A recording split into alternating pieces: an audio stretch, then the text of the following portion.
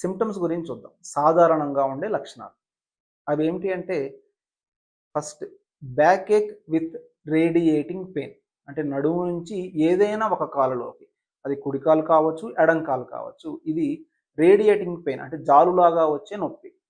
కాలు వెనక భాగంలో మాత్రమే నొప్పి వచ్చేది, కాలు ముందు భాగంలో రాదు. ఎందుకంటే ముందు భాగంలోకి సయాటికా నరం రాదు కాబట్టి. 2 కాలు తిమ్మిరి లేదా మొద్దుబారడం లేదా 2 కలిసి ఉండడం. ఇవి లక్షణాలు, సహజంగా ఉండే లక్షణాలు. ఇప్పుడు కొంతమందికి కూర్చుంటే వచ్చిద్ది, కొంతమందికి ఎక్కువసేపు నుంచుంటే వచ్చిద్ది, కొంతమంది ఎక్కువ శాతం మంది ఎక్కువ దూరం నడవలేరు. దాదాపుగా చాలామందికి పడుకుంటే కొంచెం ఉపశాంతి ఉంటుంది. కొంతమందికి మాత్రం ఏ పొజిషన్లో ఉన్నా ఈ నొప్పి తీపిగా అంటే ఆ లోపల గుంజుతున్నట్లుగా ఎప్పుడు కంటిన్యూస్గా పెయిన్ వస్తూనే ఉంటుంది. ఇవి లక్షణాలు. ఈ లక్షణాలు ఏవైతే ఉన్నాయో ఈ లక్షణాలకి రెమెడీస్ గురించి చెప్పాలి అంటే మేనేజ్మెంట్ ఎంత ఎఫెక్టివ్గా మనం మేనేజ్ చేసుకోవచ్చు. ఇప్పుడు మీకు సాధారణంగా ఒక డౌట్ రావచ్చు, సయాటిక్ అంటే సర్జరీ ఒక్కటే ఆప్షనా అని. ఎట్టి పరిస్థితుల్లో కాదండి. 100 మందికి సయాటికా వస్తే అందులో కేవలం 5 to 10% మందికి మాత్రమే సర్జరీతో తగ్గే అవసరం పడుతుంది. మిగతా 90 నుంచి 95% మందికి కన్జర్వేటివ్ మేనేజ్మెంట్తోనే ఈ సయాటికా అన్నది పూర్తిగా కంట్రోల్లో వచ్చే అవకాశం చాలా ఎక్కువ. నేను ఇప్పుడు మీకు 5 స్టెప్ ఫార్ములా గురించి చెప్తాను. ఏది ఈ సయాటికా మేనేజ్మెంట్లో. అదేమిటి అంటే RNDTS. గుర్తుపెట్టుకోండి. 5 స్టెప్ ఫార్ములా ఇది నా ఓన్ ఫార్ములా. R అంటే రెస్ట్, N అంటే న్యూట్రిషన్, 3 డెఫిషియన్సీ కరెక్షన్, T అంటే థెరపీ, S అంటే స్ట్రెంథనింగ్ ఎక్సర్సైజెస్. ఈ 5 స్టెప్ ఫార్ములాతో సయాటికాని మీరు కంపల్సరీగా గ్యారెంటీగా కంట్రోల్లోకి తెచ్చుకోవచ్చు. ఈ 5 స్టెప్స్ గురించి బ్రీఫ్గా చెప్తాను. ఫస్ట్ రెస్ట్ ప్రతిసారి పనికిరాదు. ఎక్యూట్ సయాటికా అంటే అప్పుడే మొదలైన సివియర్ సయాటికాలో రెస్ట్ చాలా బాగా పనిచేస్తుంది, కానీ కొద్ది రోజులు మాత్రమే. ఎక్కువ రోజులు రెస్ట్ తీసుకున్నా సరే ఇది మళ్ళీ పెరిగే అవకాశం ఉంటుంది, ఎందుకంటే మజిల్లో యాక్టివిటీ ఉండదు కాబట్టి. 2 ప్రాపర్ న్యూట్రిషన్.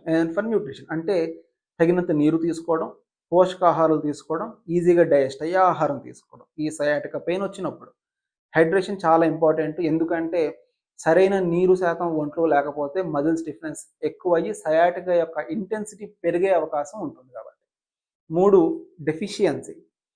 ముఖ్యంగా vitamin D, vitamin B12, D3 and magnesium. ఈ 3 కనుక డెఫిషియన్సీలో ఉంటే సయాటికా యొక్క ఇంటెన్సిటీ చాలా ఎక్కువ అవుతుంది. ఒకవేళ సయాటికా వచ్చినా సరే ఈ 3 సప్లిమెంట్స్ తీసుకోవడం వల్ల సయాటికా నుంచి బయటపడే అవకాశం ఎక్కువ ఉంటుంది, స్ట్రెంగ్త్ వస్తుంది కాబట్టి. 4 థెరపీ.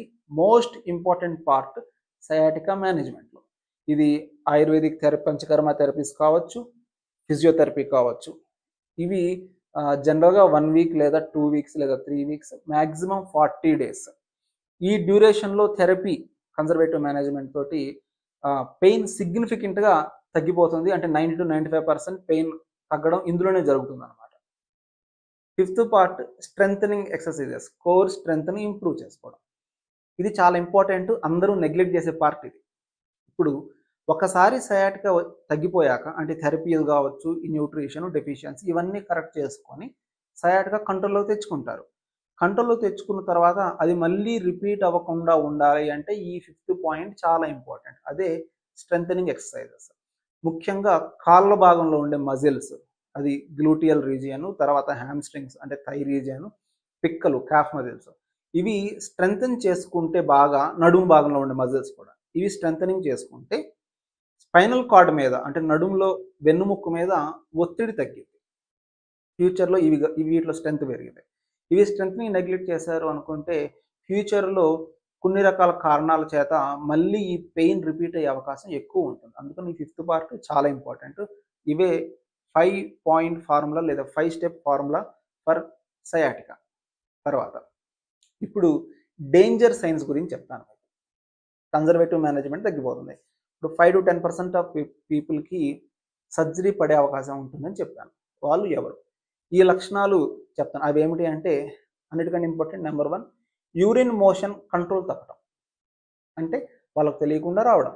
తర్వాత 2 కాలు సన్నగా అవుతూ ఉండడం.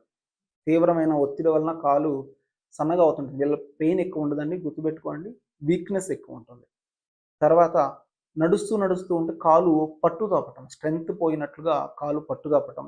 లేదా చెప్పు వేసుకోవడం ఏదైతే ఉంటుందో, షూ కాకుండా చెప్పులు వేసుకుంటే, ఆ చెప్పుని సరిగ్గా పట్టుకోలేకపోవడం కాళ్ళ వేళ్ళతోటి. అది వెళ్ళిపోతూ ఉంటుంది. ఇవి డేంజర్ సైన్స్ అనమాట. ఈ డేంజర్ సైన్స్ కనుక కనపడుతుంటే, వాళ్ళు సర్జరీకి వెళ్ళాలన్నది నా ఉద్దేశం. ఇంకోటి, స్ట్రెంగ్త్ ఈజీగా ఎలా చెక్ చేసుకోవచ్చు, ఇంకొక చిన్న ఇంట్లోనే మీరు చెక్ చేసుకోగలిగే చిన్న చిట్కా ఏమిటి అంటే, 2 రకాలుగా వాకింగ్ చేస్తూ మనం స్ట్రెంగ్త్ చెక్ చేసుకోవచ్చు. అదేమిటంటే toe walking and heel walking. అంటే మడిమ మీద నడవడం, మునివేళ్ళ మీద నడవడం. మునివేళ్ళ మీద నడవలేకపోయినా, లేదా మడిమ మీద నడవలేకపోయినా లోపల వీక్‌నెస్ స్టార్ట్ అయింది అని అర్థం. ఈ వీక్‌నెస్ స్టార్ట్ అయిందంటే ఇమ్మీడియేట్‌గా సర్జరీకి రష్ అవ్వాల్సిన అవసరం లేదు. పైన చెప్పిన డేంజర్ సైన్స్ అంత డేంజర్ అయితే కాదు. కానీ ఇక్కడ కంపల్సరీ మీరు ఈ వీక్‌నెస్ టైంలో స్ట్రెంగ్త్ అనేది ఇంప్రూవ్ చేసుకోవాలి. ఇక్కడ పెయిన్ లేకపోయినా సరే ఈ స్ట్రెంగ్త్ ఇంప్రూవ్ చేసుకోవడం అన్నది చాలా ఇంపార్టెంట్.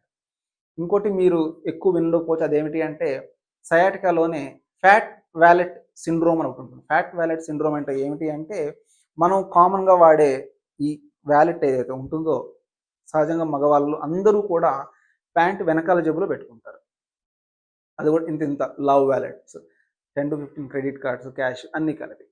దీనివల్ల ఈ ఫ్యాట్ వ్యాలెట్ పెట్టుకొని కంటిన్యూస్‌గా కూర్చోవడం వలన సిగ్నిఫికెంట్‌గా పైరిఫార్మిస్ ఏరియాలు, అంటే గ్లూటియస్ రీజియన్‌లో ఒత్తిడికి గురయ్యి, సయాటిక నరం అక్కడ ఒత్తిడికి గురయ్యి మీకు సయాటిక వచ్చే అవకాశం ఉంటుంది.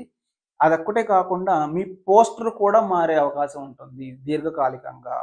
దీనివల్ల వెన్నుముక్క మీద సిగ్నిఫికెంట్ ఒత్తిడి ఉంటుంది. అందుకని మీరు ఈ వ్యాలెట్ ఏదైతే ఉంటుందో, వెనక జేబులో కాకుండా ఫ్రంట్ జేబులోనే పెట్టుకొని, నేను కూడా ఫ్రంట్ జేబులోనే పెట్టుకుంటాను. అది అలవాటు చేసుకోండి.